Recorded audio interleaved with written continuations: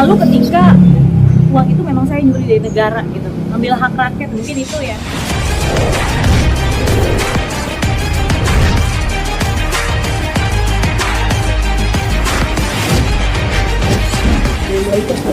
Oke, hari ini aku menjalankan pemeriksaan hari pertama.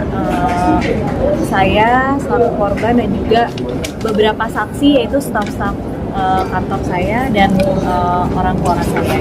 Jadi kemarin itu memang aku adain press con itu untuk menjelaskan keseluruhan ya. Jadi uang 15 miliar itu adalah uang gabungan.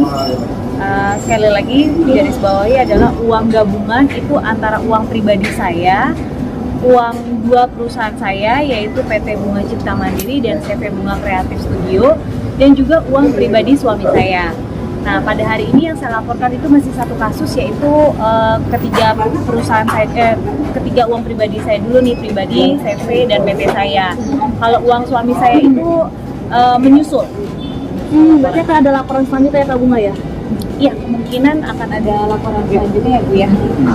Karena di awal Agustus itu kita masih ada mediasi lah, kekeluargaan juga. Tanggal 8 Agustus 2024 itu kita panggil terlapor untuk datang ke kantor suami saya, mau tahu nih kayak apa solusi terbaiknya gitu. Tapi setelah itu kita juga kirimkan somasi juga, gak ada tanggapan sampai hari ini. Saksinya tuh ada 3, itu dari 2 staf saya, satu lagi itu staf saya juga di perusahaan catering saya, tapi dia juga merangkap menjadi asisten pribadinya terlapor waktu itu. Jadi kurang lebih dia yang mengetahui kontrak-kontraknya, yang ngebuat kontraknya kayak gitu. Harapan saya sih uang saya bisa kembali ya Mbak, itu kan bukan uang kecil gitu, apalagi uang itu benar-benar hasil jerih payah saya sendiri selama saya kerja di dunia entertain ya. Kalau banyak mungkin komentar-komentar kok duit saya banyak banget gitu, 15 miliar tuh duit dari mana gitu. Banyak aja ya netizen tuh yang nanya-nanya kayak gitu. Cuma ya saya kan syuting tuh kan bukan dari sekarang-sekarang, saya udah dari 15 tahun saya syuting gitu. Jadi uang itu udah terkumpul sejak lama, terus ditambah lagi saya ada bisnis-bisnis yang real, yang memang bisnis saya tuh terlihat, yang ada bisnis kantornya, produknya.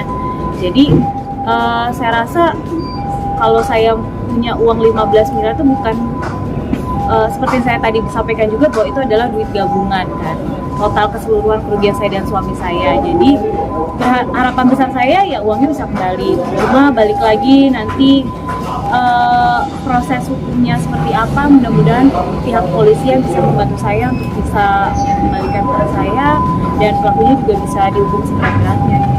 Banyak yang mungkin jadi saya introspeksi diri juga ya, setiap musibah itu kan pasti ada hikmahnya ya, mungkin lebih religius juga sekarang, terus mungkin lebih belajar lagi bagaimana bisa menilai orang, yang artinya mungkin kalau orang terlalu baik banget ya, mungkin bukannya jadi suzon ya, jadi kayak pasti sesuatu, saya nggak tahu, saya percaya banget bahwa masih ada orang baik di dunia ini, tapi ya mungkin kita lebih aware aja sekarang, lebih waspada, lebih dekat hubungannya juga ke anak, ya emang dekat banget sama anak, cuma mungkin kayak lebih kita sama-sama berdoa bareng-bareng kayak akhirnya pasti ya.